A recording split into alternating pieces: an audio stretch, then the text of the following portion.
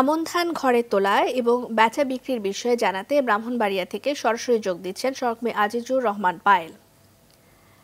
পায়েল, ধান বেচা কেনার বিষয়ে একটু জানতে চাই আপনার কাছে। পায়েল, আমাকে শুনতে পাচ্ছেন নিশ্চয়ই? পায়েল, ধান বেচা কেনার বিষয়ে একটু শুনতে চাই।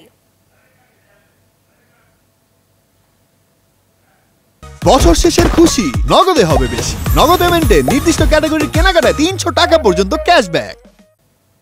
মোকামে কিন্তু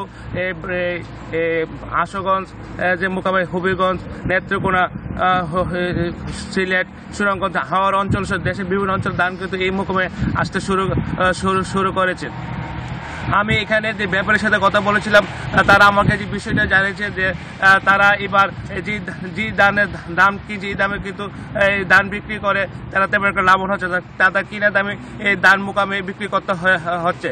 আমি এখানকার যে চাল কল মিলিকদের সাথে কথা বলেছি, তারা আমার যে বিষয়টি জানিয়েছেন যে এখন থেকে তারা এই মোকাম থেকে কাঁচা ধান 1100 থেকে 1200 টাকা এবং শুকনো ধান 1300 থেকে 1500 টাকা দরে তারা কিনছেন।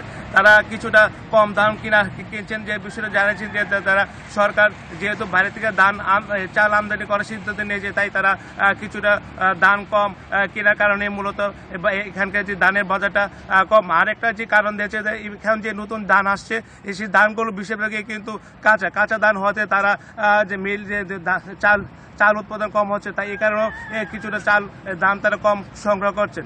এই বাজারে প্রতিদিন 30 থেকে 40 হাজার মন ধান সংগ্রহ করছেন, বিক্রি হয় কিন্তু এই বাজারে।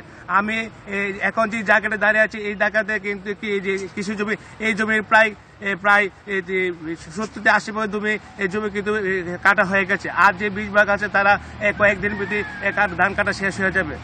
এই ছিল আমার কাছে সর্বশেষ খবর। পায়েল, আপনাকে ধন্যবাদ।